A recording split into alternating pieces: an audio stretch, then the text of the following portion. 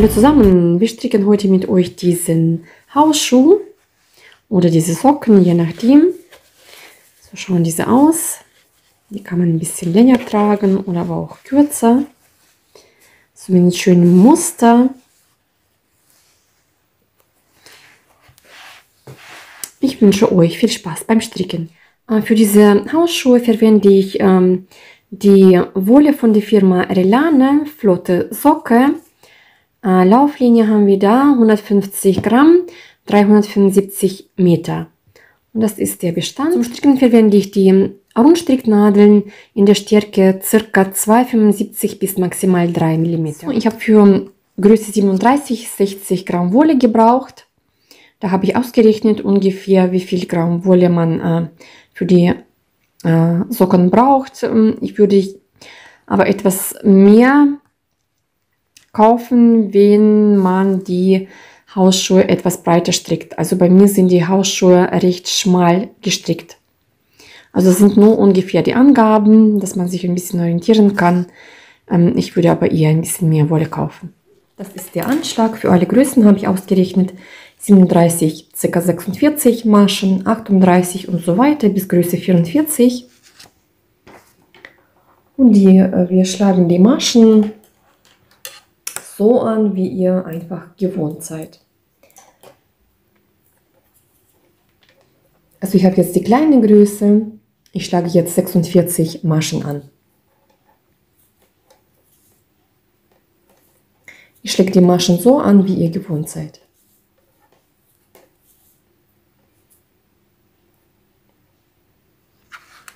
So, jetzt stricke ich 9 Reihen kraus rechts. Das kann man bei allen Größen anwenden. Man kann natürlich auch anpassen, mehr oder weniger reinstricken. Also die Randmasche hebe ich ab und jetzt stricke ich alle Maschen rechts. Also ich stricke keine verkreuzten Maschen. Es sind unterschiedliche Stricktechniken. Da habe ich auch schon ein Video dazu gedreht. Könnt ihr gerne reinschauen. So, also ich stricke jetzt alle Maschen rechts. So, die Randmasche stricke ich immer rechts. Eine Masche rechts stricke ich noch und die Randmasche stricke ich auch rechts. Die kann man aber auch links stricken, so wie ihr gewohnt seid. Dann wende ich das Ganze.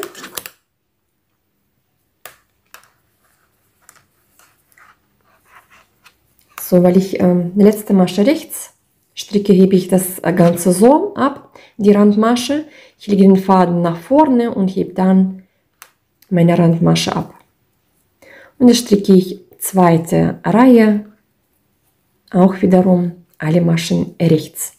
Und so stricken wir kraus rechts, das heißt jede Reihe einfach rechte Maschen, insgesamt 9 Reihen.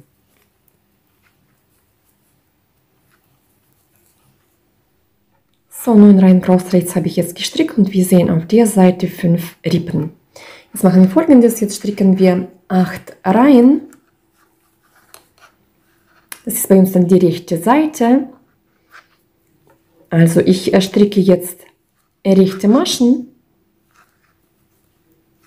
Erste Reihe stricke ich jetzt rechte Maschen. Jetzt stricke ich zweite Seite. Die linke Seite ist das, zweite Reihe. Da stricke ich alle Maschen links.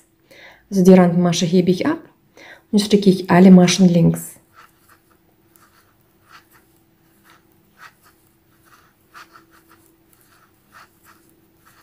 Und so stricken wir insgesamt 8 Reihen. Also auf der rechten Seite stricken wir rechte Maschen, auf der linken Seite stricken wir linke Maschen. Insgesamt 8 Reihen. So, 8 Reihen habe ich jetzt gestrickt und jetzt stricken wir 12 Reihen Bündchenmuster. Das ist dann der Abschnitt. So. Also die Randmasche hebe ich ab.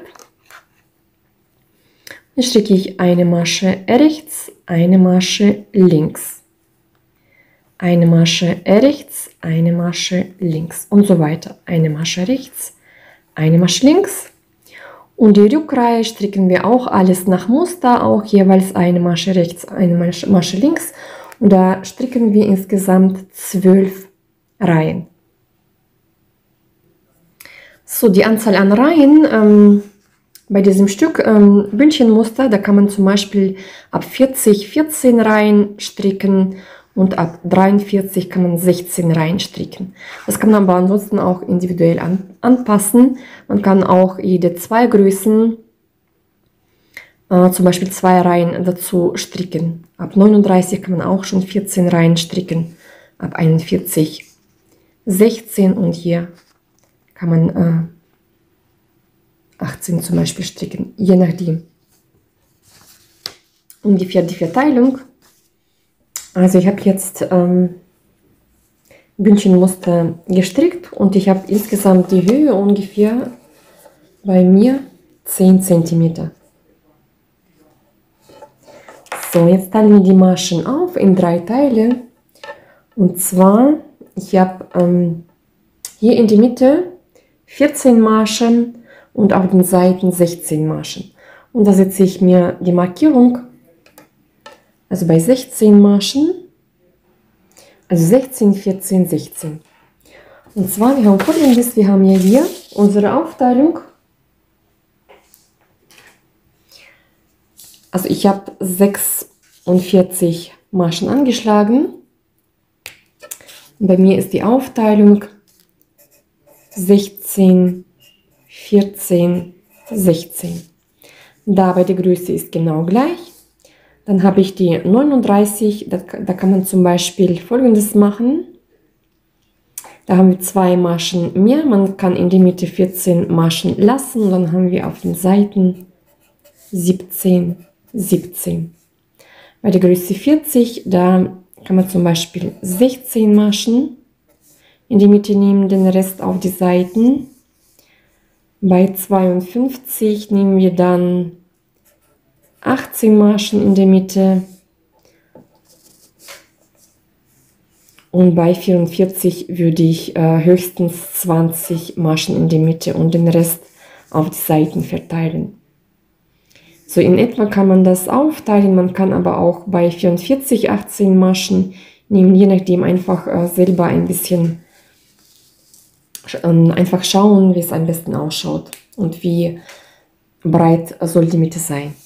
Man kann mehr oder weniger Maschen dafür nehmen. Also ich habe jetzt die Maschen aufgeteilt, 16, 14, 16. So, und die ersten 16 Maschen stricke ich jetzt erstmal als rechte Maschen. Also die Randmasche hebe ich ab und jetzt stricke ich alle Maschen rechts.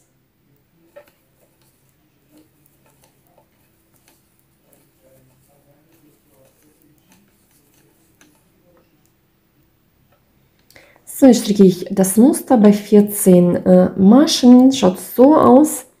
Ich stricke 2 Maschen rechts, dann 4 Maschen links.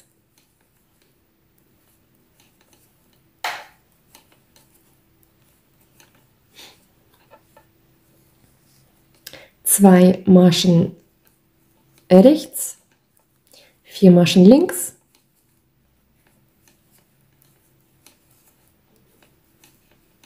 Und die letzten 2 Maschen stricke ich rechts.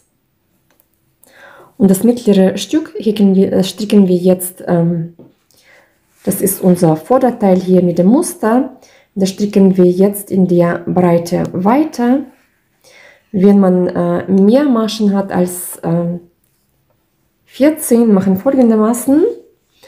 Also ich stricke 2 Maschen rechts, wie bei 14 Maschen.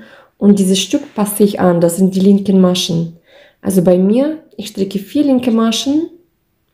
Wenn ihr zum Beispiel 16 Maschen vorne habt, dann strickt ihr 5 linke Maschen.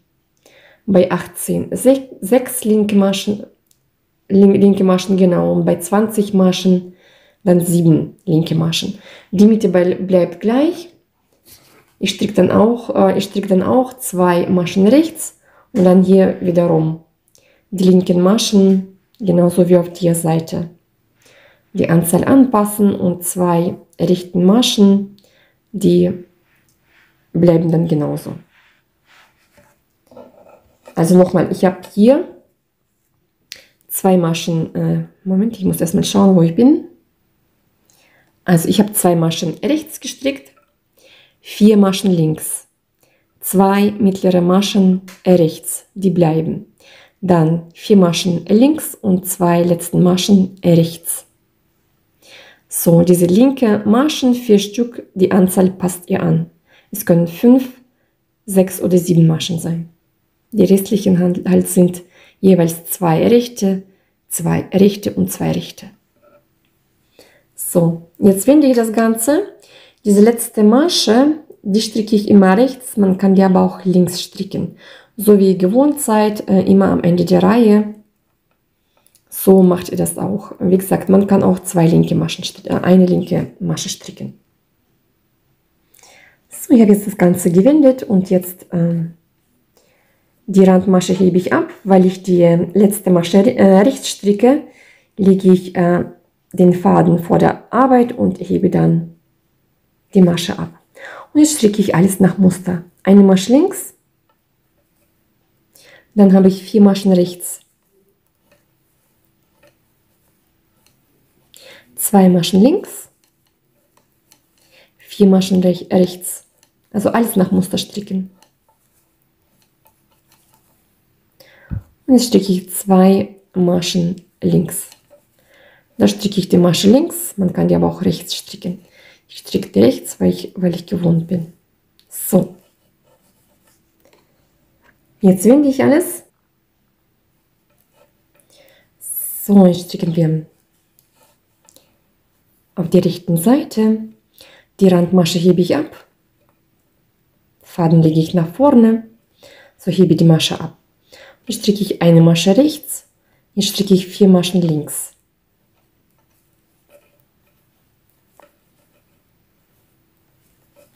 So, jetzt haben wir hier die mittleren 2 rechte Maschen. Da mache ich Folgendes, da mache ich einen Umschlag und stricke die beiden Maschen rechts zusammen. Also Umschlag, 2 Maschen rechts. Den Rest stricke ich nach Muster. 4 Maschen links und 2 Maschen rechts. So, jetzt wende ich das Ganze. So, jetzt stricke ich die linke Reihe, alles nach Muster. Die Randmasche hebe ich ab. Dann stricke ich eine Masche links, 4 Maschen rechts.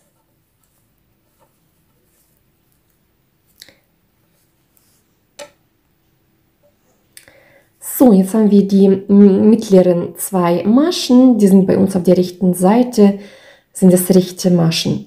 Und jetzt stricke ich die Masche und den Umschlag als linke Maschen. Also eine Masche links und den Umschlag auch links.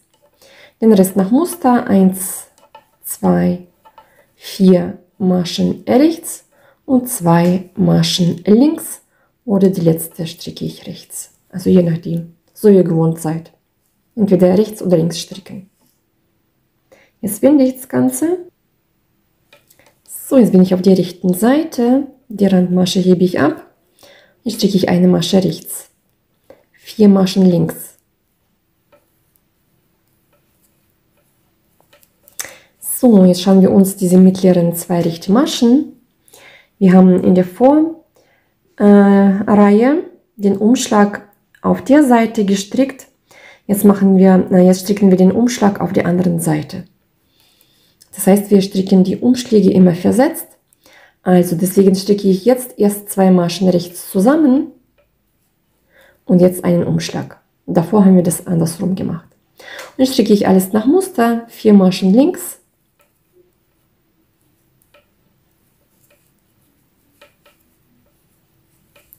Und jetzt 2 Maschen rechts. Jetzt wende ich das Ganze. So, jetzt stricke ich wieder alles nach Muster. So, die erste Masche abnehmen, eine Masche links, 4 Maschen rechts. So, jetzt habe ich den Umschlag und die linke Masche, stricke ich beides links. Umschlag links und die Masche auch links. Jetzt habe ich 4 Maschen rechts. Und 2 Maschen links, beziehungsweise eine Masche links, eine Masche rechts. Die Randmasche nach Wunsch stricken. Und jetzt wende ich das Ganze. So, jetzt bin ich auf der rechten Seite, die Randmasche hebe ich ab, eine Masche rechts, 4 Maschen links. So, jetzt haben wir das mittlere Muster. Wir haben den Umschlag auf der linken Seite, jetzt stricke ich der auf der rechten Seite. Also ich mache einen Umschlag und jetzt 2 Maschen rechts stricken. Und jetzt den Rest nach Muster, 4 Maschen links und 2 Maschen rechts. Und jetzt wende ich das Ganze und stricke alles nach Muster.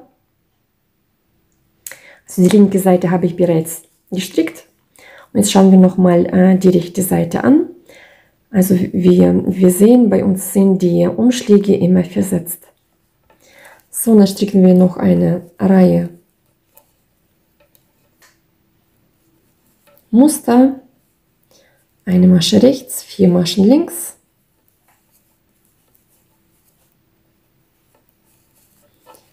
So, und jetzt schaue ich nochmal, also ich habe den Umschlag jetzt auf der rechten Seite, jetzt stricke ich den Umschlag auf der linken Seite.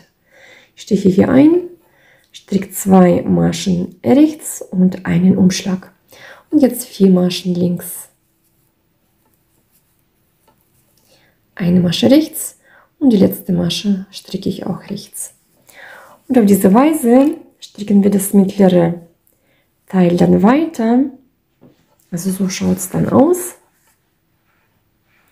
Die Linien kann man natürlich individuell anpassen. Ich sage euch gleich ungefähr, wie viele Reihen ihr für welche Größe häkeln könnt. Ich meine natürlich stricken. Also ich habe hier nochmal die Linie an diesem Vorderteil ausgerechnet. Also für Größe 37, 44 Reihen ist auch alles in etwa. Man kann alles noch individuell anpassen. So bei 38 kann man auch 44 nehmen. Also stricken. Bei Größe 39 46 Reihen, dann bei Größe 41 ca. 48, bei 42 50 und hier kann man wie gesagt 43 44, hier auf jeden Fall 52, hier entweder 52 oder 50 Reihen. So, das ist ungefähr die Angabe, die man aber auch anpassen kann. Das ist nochmal die Linie von diesem Vorderteil, die wir stricken. Also ich habe jetzt 11 Umschläge gehäkelt. Die Linie kann ich euch jetzt auch sagen. Also das Teil ist bei mir dann ungefähr 15,5 Zentimeter.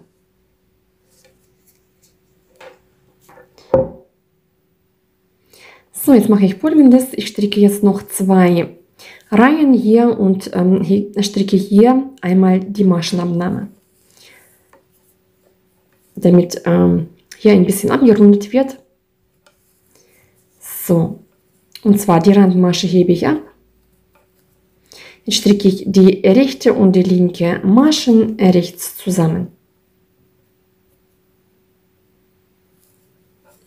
Den Rest häkle ich nach Muster.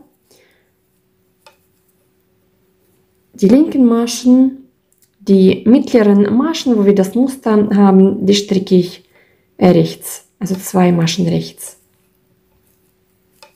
Dann die linken Maschen, also ich stricke jetzt 3 linke Maschen, bis 3 Maschen auf den Nadeln bleiben und jetzt stricke ich die 2 auch rechts zusammen und ich wende mir diese Masche, so dass die rechte Schlingenseite bei mir vorne liegt und stricke die so auf diese Weise rechts zusammen. Es kann sein, dass bei euch die schon richtig liegen. Und die letzte Randmasche stricke ich rechts. Jetzt wende ich das Ganze und die linke Seite stricke ich alles nach Muster. Die Randmasche hebe ich ab. Dann stricke ich eine Masche links,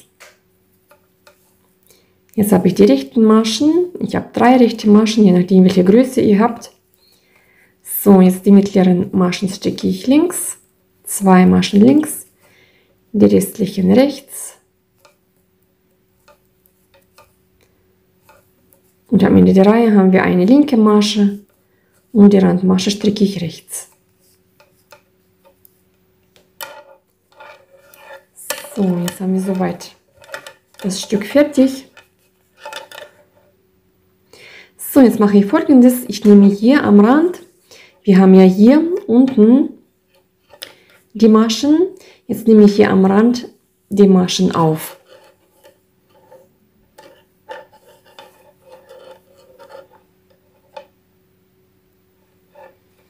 Also ich nehme mir einfach diese Nadel, die wir schon haben, und nehme hier die Maschen auf. Und zwar, wir haben hier unsere rechte Masche und die Schlingen danach, wenn ich das einmal drehe, sehen wir hier diese 2 Schlingen. Die eine Schlinge nehme ich mir hier so auf, als eine Masche. Also hier fange ich an. Ich habe insgesamt auf der Seite, auf einer Seite hebe ich 24 Maschen auf die Nadel auf.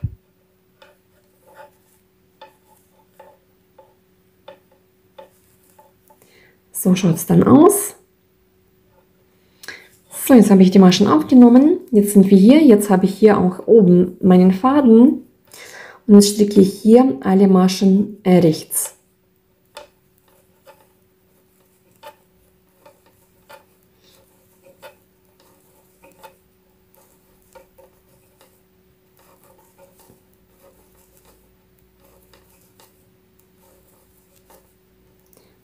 So, und die letzte Masche auch rechts. So, und jetzt heben wir auf der anderen Seite genauso, nehmen wir die Maschen auf. So, und zwar, wir haben hier auch diese Schlingen und in diese Schlingen stricken wir dann, also die Schlinge nehme ich jetzt nicht, sondern in die nächste, und da kann ich sofort die rechten Maschen stricken. Moment, ich schaue noch mal kurz. Wir haben hier die Schlinge, nehme ich, nicht die hintere, sondern die vordere Schlinge. Also das sind hier diese 2 Schlingen, davor nehme ich die vordere Schlinge und stricke da die rechten Maschen. Das sind bei mir wiederum 24 Maschen. Wenn ihr größere Größen habt, dann habt ihr auch entsprechend mehr Maschen. Und auf diese Weise nehme ich dann weitere Maschen auf. So, ich habe die Maschen aufgenommen und die restlichen Maschen stricke ich dann auch alle Maschen rechts. Und so stricke ich, bis ich am Ende der Reihe ankomme, einfach alle Maschen rechts stricken. So, jetzt machen wir Folgendes. Jetzt stricken wir weitere 11 Reihen Kraus rechts. Also insgesamt haben wir dann 11 Reihen Kraus rechts gestrickt. Also einfach alle Maschen rechts stricken.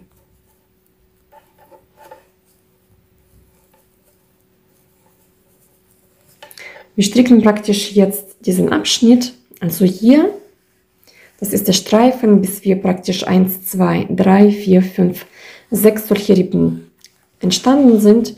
Das ist der Abschnitt. Und anschließend stricken wir noch die Sohle. Also ich habe jetzt Kraus rechts 12 Runden gestrickt, so schaut es aus. So, jetzt machen wir Folgendes. Wir teilen uns hier in die Mitte 10 Maschen für die Sohle.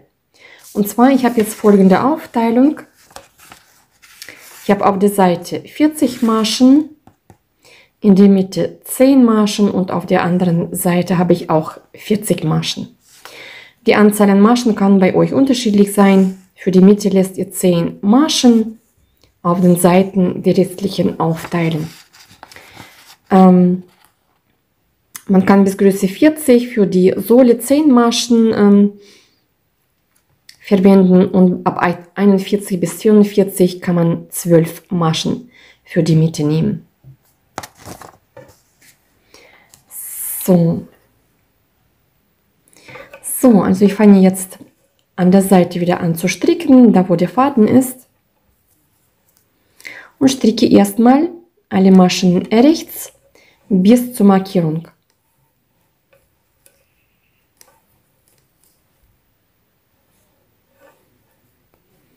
Also ich stricke jetzt bis zu der Markierung alle Maschen rechts. So, also ich bin jetzt bei der ersten Markierung. Die Markierung nehme ich mir auf die rechte Seite. Jetzt stricke ich 10 Maschen rechts, bis ich bei der zweiten Markierung ankomme.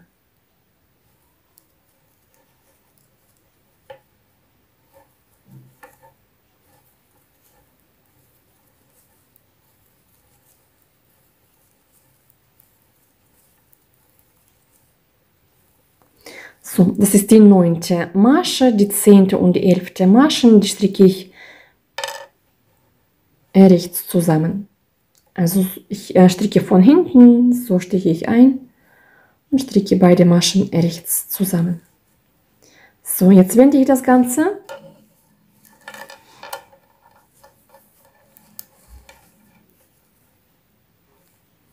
Nehme die Randmasche ab, dabei lege ich den Faden vor der Arbeit.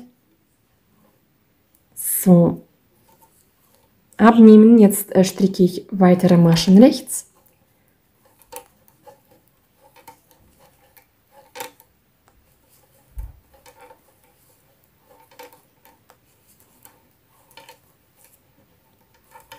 Neun Maschen rechts habe ich gestrickt und jetzt stricke ich die 10. und die 11. Maschen zusammen. So, jetzt habe ich die 10. Masche. Den Markierer nehme ich jetzt ab.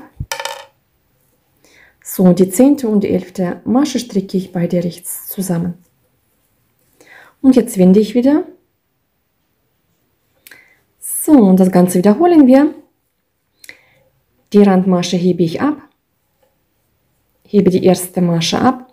Und jetzt stricke ich alle Maschen rechts, bis ich bei der 9. Masche ankomme. Die 10. und die 11. stricken wir dann rechts zusammen. Also das heißt, immer am Ende der Reihe stricken wir 2 Maschen rechts zusammen. Also ich habe jetzt die 9. Masche, die 10. und die 11. stricke ich rechts zusammen. Das ist immer die letzte Masche von der Sohle und eine nehme ich von der Seite immer mit. So, und diese Abnahme wiederholen wir. Jetzt wende ich das Ganze, hebe die erste Masche wieder ab, die wir gerade zusammengestrickt haben, stricke weitere Maschen rechts,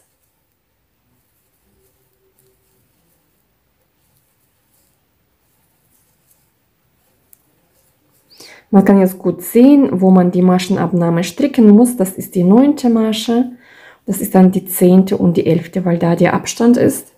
Und die stricken wir wieder als rechte Maschen zusammen. Und das Ganze wiederholen wir jetzt, bis wir praktisch hier auf den Seiten alle Maschen verstrickt haben. Und auf der Seite sollen dann so etwa 5 Maschen bleiben.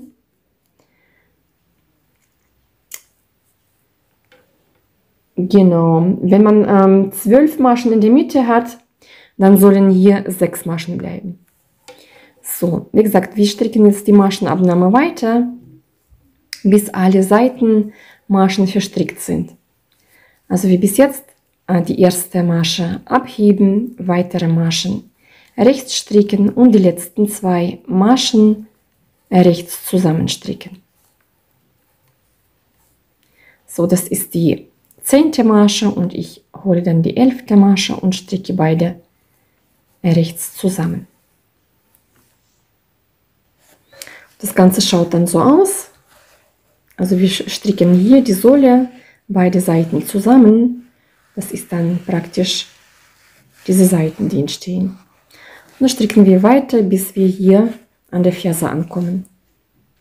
So, ich habe jetzt soweit gestrickt, bis bei mir auf den Seiten 5 Maschen bleiben.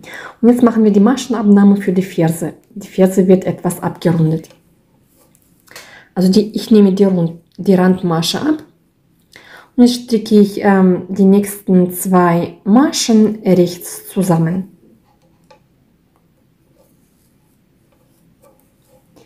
So, jetzt stricke ich weitere Maschen, bis hier 3 Maschen übrig bleiben. Das sind bei mir 4 Maschen.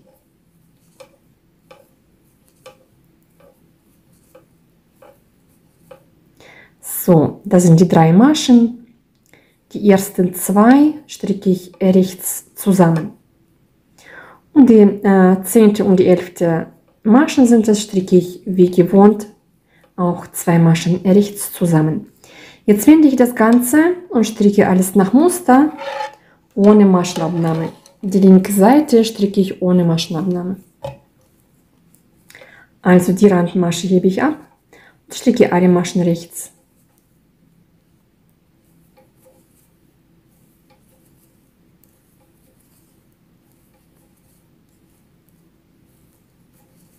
Jetzt habe ich hier die 10. und die 11. Masche, die stricke ich auch beide rechts zusammen.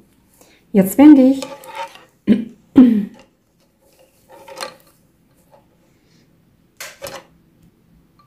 jetzt stricke ich wieder die Maschenabnahme, also die Randmasche hebe ich ab. Die ersten 2 Maschen stricke ich rechts zusammen.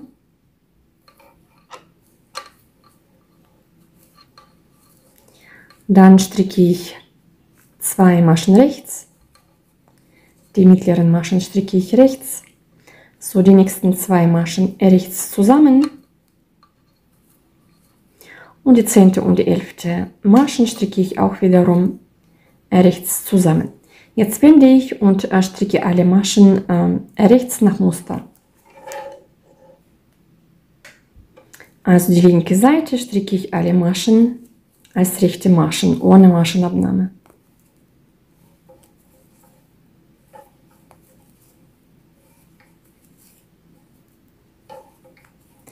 So, die 10. und die 11. Masche stricke ich auch rechts zusammen.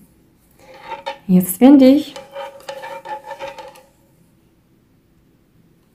so auf die rechten Seite, die Randmasche hebe ich ab und jetzt stricke ich 2 Maschen rechts zusammen.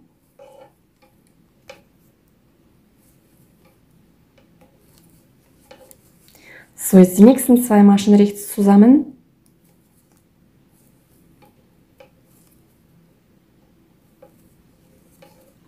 Und stricke ich die 10. und die 11. Masche auch rechts zusammen. So, jetzt haben wir 9 Maschen habe ich jetzt auf der Nadel. Ich stricke die restlichen Maschen auch rechts. Und jetzt ziehen wir die Maschen, die übrig bleiben, einfach alle zusammen.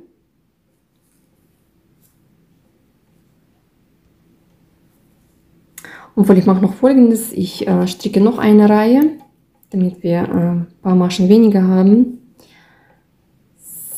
So. 2 Maschen rechts zusammen habe ich hier, die 10. und die 11. Masche habe ich zusammen gestrickt. Ich wende nochmal, stricke alle Maschen, machen wir ein bisschen zusammen.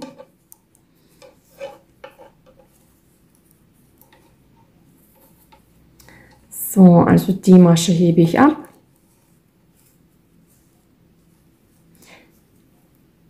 Ich überlege gerade und jetzt stricke ich die mittleren 3 Maschen einfach rechts zusammen. Genau. Und die restlichen stricke ich rechts. Und jetzt die Maschen, die wir drauf haben, das sind 7 Maschen. Ich nehme mir eine Häkelnadel.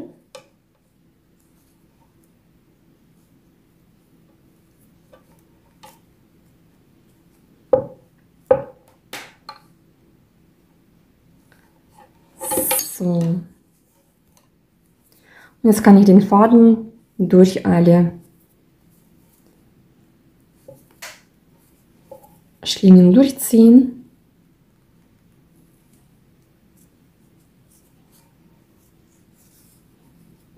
So, genau. So, ich schneide mir jetzt den Faden so ab, dass wir die hintere Naht mit dem Faden noch vernähen können. Also etwas länger abschneiden. So, und jetzt nehme ich mir den Faden durch die Schlinge und ziehe das Ganze zusammen. Und so schaut dann die Ferse aus. Also wir haben die schön abgerundet. Jetzt legen wir die linke Seite auf die linke Seite drauf, die rechte Seite auf die rechte Seite drauf. Also die linke habe ich jetzt von außen und die rechte Seite habe ich von innen. So aufeinander legen und jetzt können wir das Ganze mit einer Häkelnadel oder auch mit einer normalen Nähnadel vernähen. So, ich nehme die Häkelnadel. Wir haben hier diese innere Schlingen, also wir haben hier jeweils immer 2 Schlingen. Ich gehe immer in die inneren 2 Schlingen, steche ich ein. Also ich gehe erstmal hier am Rand, hole mir den Faden und jetzt nehme ich immer die inneren 2 Schlingen, hole mir den Faden und ziehe die linke Schlinge durch die rechte Schlinge durch. Und auf diese Weise vernähe ich praktisch.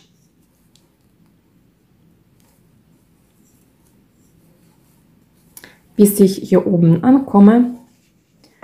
Und so schaut dann die Naht aus. Ich zeige das einmal an dem fertigen Schuh. So schaut das Ganze dann aus. Also schaut nochmal die Innenseite aus. Jetzt müssen wir nur noch die Fädchen abschneiden und verarbeiten.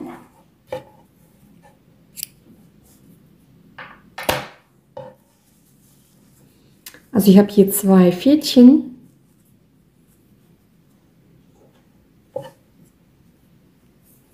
Das eine Fädchen ziehe ich mir auf die linke Seite durch.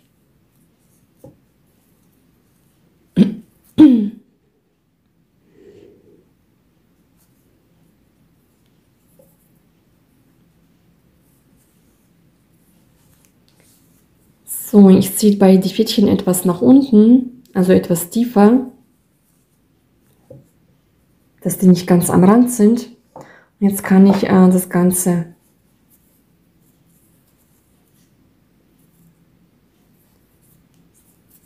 beide verknoten.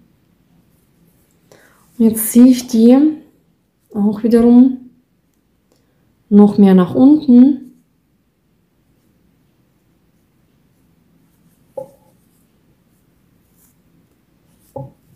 Einmal.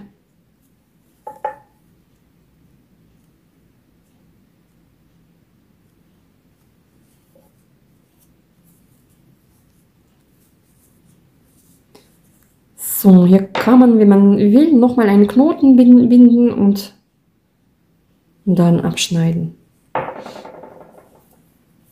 Mache ich nochmal einen Knoten. Und jetzt kann man Fädchen abschneiden.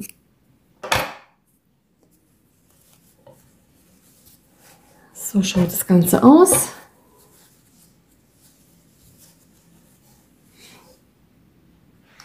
So, dann sind wir soweit mit dem Hausschuh fertig. So schaut der aus. Also wie immer wünsche ich euch viel Spaß.